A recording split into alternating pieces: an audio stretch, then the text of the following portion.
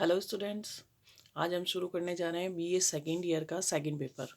आपके second paper का नाम है राजस्थान के इतिहास का सर्वेक्षण और ये आपका सिलेबस है। अकॉर्डिंग टू सिलेबस हम वन बाय वन टॉपिक को डिस्कस करेंगे। यूनिट फर्स्ट, यूनिट सेकंड और यूनिट थर्ड। सबसे पहले हम यूनिट फर्स्ट के फर्स्ट टॉपिक को शुरू करने जा रहे हैं, जिसका नाम है राजस्थान के इतिहास को जानने के स्रोत। ये रहा आपका फर्स्ट चैप्टर, राजस्थान के इतिहास को जानने के स्रोत। और उसके बाद हम अध्ययन करेंगे पूर्व पाषाण एवं मध्य पाषाण संस्कृतियों के बारे में और राजस्थान में मिलने वाले उनके साक्ष्य की विशेषताओं के बारे में। तो राजस्थान के इतिहास को जानने के जो मुख्य स्रोत हैं उन्हें 3 भागों में बांटा जाता है: पुरातात्विक स्रोत, साहित्यिक स्रोत और पुरालेखीय स्रोत। पहले हम अध्ययन करेंगे पुरातात्विक स्रोतों के बारे में। पुरातात्विक स्रोत जिनमें शिलालेख, मुद्रा व सिक्के, ताम्रपत्र, दुर्ग व किले, राजप्रसाद या महल, मंदिर, स्मारक और खुदाई से प्राप्त अवशेषों को सम्मिलित किया जाता है। तो सबसे पहले हम अध्ययन करेंगे शिलालेखों के बारे में। यह शिलालेख प्रस्तर चट्टानों, गुफाओं की दीवारों, स्तूपों, मठों आदि पर अंकित होते हैं। इन शिलालेखों की भाषा संस्कृत, फारसी, हिंदी, राजस्थानी व उर्दू है। शिलालेखों से हमें राजवंशों का विवरण, उनकी उपलब्धियां आदि की जानकारी मिलती है। तो हम यहाँ पर अध्ययन करेंगे महत्वपूर्ण शिलालेखों के बारे में, जिनमें बिजोलिया शिलालेख सबसे महत्वपूर्ण है। यह शिलालेख बिजोलिया गांव के पार्श्वनाथ मंदिर के समीप एक चट्टान पर उत्कीर्ण है। यह लेख 1170 ईस्वी में संस्कृत भाषा के 13 पदों में लिखा गया था और इसमें मंदिर के निर्माण की जानकारी के साथ साथ सांभर व आमेर के चौहान शासकों की उपलब्धियों का वर्णन है। इसमें चौहान को वत्स गोत्र के ब्राह्मण बताया है। इस लेख के द्वारा हमें कई प्राचीन नामों की जानकारियाँ मिलती है, जैसे जाबालीपुर का वर्तमान नाम जालोर, शाखंभरी का वर्तमान नाम सांभर, श्रीमाल का वर्तमान नाम भीनमाल आदि। और इन स्थानों के प्राचीन नाम इस प्रकार हमें मिले हैं इस शिलालेख पर। अगला जो शिलालेख है वह है श्रृंगी ऋषि शिलालेख। यह लेख एकलिंग से 6 किलोमीटर दूरी पर स्थित है। यह लेख संस्कृत भाषा में उत्कीर्ण है। इस लेख में मेवाड़ के महाराणाओं हमीर, क्षेत्र सिंह, मोकल, लक्ष्य सिंह आदि शासकों की उपलब्धियों की जानकारी मिलती है।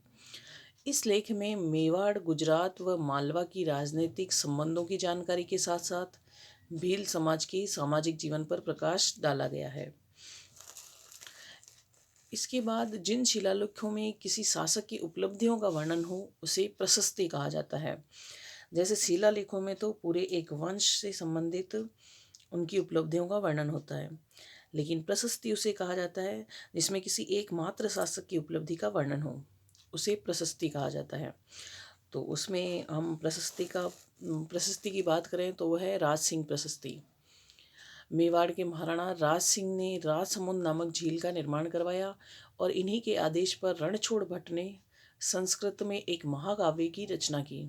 इस महाकाव्य को 25 बड़ी बड़ी श्याम रंग की शिलाओं पर उत्कीर्ण करवाया गया तथा झील के तट पर लगवा दिया गया, जो आज भी वहाँ पर विद्यमान है। इस प्रशस्ति का समय विक्रम संवत 1732 ईस्वी माना गया है। इस प्रशस्ति में महाराणा कुंभा, सांगा व प्रताप की उपलब्धियों का वर्णन है। इसमें मानसिंह व प्रताप के बीच हुए हल्दी घाटी युद्ध का वर्णन है। महाराणा अमर सिंह व जहांगीर के मध्य हुई संधि का भी वर्णन है और महाराणा राज सिंह के उपलब्धियों का भी वर्णन है। और इसके अलावा जो अन्य शिलालेख हैं उनमें आता है नेमिनाथ मंदिर की प्रशस्ति, चिरवे का शिलालेख, राज सिंह प्रशस्ति, आमेर का शिलालेख, रणकपुर प्रशस्ति और कीर्ति स्तंभ प्रशस्ति। इसके बाद हम अध्ययन करेंगे मुद्रा व सिक्कों के बारे में। कुछ स्थानों पर उत्खनन से मुद्राएं व मोहरें प्राप्त हुई हैं, जिसमें आहड़ से प्राप्त 6 तांबे की मुद्राएं व 3 मोहरें उल्लेखनीय हैं। एक मुद्रा पर यूनानी देवता अपोलो का चित्र अंकित है और बेराट सभ्यता से 36 मुद्राएं प्राप्त हुई हैं। जिसमें से 8 मुद्राएं पंचमार्क मुद्राएं हैं। बाकी अन्य जो मुद्राएं हैं वह यूनानी देवताओं से संबंधित है। इन मुद्राओं से कुषाणकालीन शासकों की जानकारी मिलती है।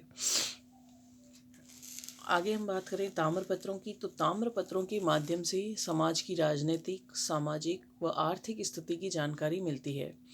इन ताम्रपत्रों में जागीरदारों व राजाओं के मध्य संबंधों का उल्लेख मिलता है। ताम्रपत्रों के माध्यम से पूर्व में प्रचलित रीति रिवाजों व धार्मिक यात्राओं का भी उल्लेख मिलता है। अगर हम उन महत्वपूर्ण ताम्रपत्रों की बात करें तो आहट ताम्रपत्र 1206 ईस्वी गुजरात के शासक मूलराज से लेकर भीम सिंह सेकंड तक के शासनकाल का वर्णन है। अगला जो ताम्रपत्र है खरौंदा का ताम्रपत्र, जिसमें महाराणा कुंभा के द्वारा एकलिंग मंदिर को दान की गई भूमि का उल्लेख है। दुर्ग व किले, अगला जो हमारा जो पुरातात्विक स्रोत माना गया है वह दुर्ग व किले हैं, जिसमें मध्यकालीन राजस्थान के इतिहास में दुर्गों का सामरिक दृष्टि से महत्वपूर्ण योगदान है। यह दुर्ग शौर्य व बलिदान के प्रतीक माने जाते हैं, जिनमें चित्तौड़ का दुर्ग, रणथंभौर दुर्ग, जालोर का दुर्ग, शिवाणा दुर्ग, बूंदी व नागौर का दुर्ग, तारागढ़ तथा शेरगढ़ के दुर्ग उल्लेखनीय हैं। हमारे सिलेबस में आगे दुर्ग स्थापत्य भी है, तो हम वहाँ पर इन दुर्गों के बारे में डिटेल से बात करेंगे।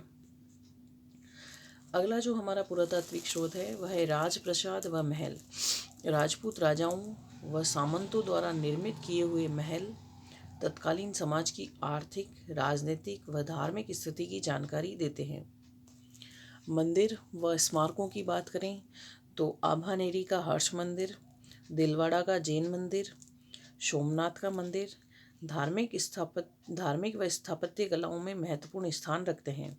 इनके माध्यम से धार्मिक रीति रिवाजों की भी जानकारी मिलती है। चित्तौड़ का कीर्ति स्तंभ महाराणा कुंभा की विजयों का वर्णन करता है। और इसके अलावा खुदाई से प्राप्त अवशेषों की बात करें तो राजस्थान में प्राचीन सभ्यता के स्थानों से अनेक अवशेष मिले हैं, जिससे वहाँ के लोगों के जीवन स्तर का पता चलता है। जिनसे वहाँ के लोगों के जीवन स्तर का पता चलता है। इन खुदाई से खुदाई के जो स्थल हैं उनमें है आहड़, बालाथल, बागोर, ये सभी स्थल वर्तमान उदयपुर में स्थित हैं। गणेश्वर जो कि वर्तमान सीकर में है, रेड जो कि टोंक में स्थित है, बेराठ जो कि वर्तमान जयपुर में है, कालीबंगा हनुमानगढ़ में स्थित है। यह स्थल जो है वह महत्वपूर्ण माने जाते हैं। इनसे जो प्राप्त अवशेष हैं उनमें जो है वह है तलवार, खंजर, बर्छी, भाला, तीर, कुल्हाड़ी आदि। और इन पुरातात्विक स्रोतों से हमें प्राचीन भारतीय सभ्यताओं के बारे में या राजस्थान की प्राचीन सभ्यताओं के बारे में जानकारी मिलती है। नेक्स्ट वीडियो में हम बात करेंगे साहित्यिक स्रोतों के योगदान के बारे में। तो इस वीडियो को यहीं पर समाप्त किया जाता है। इसी के साथ धन्यवाद।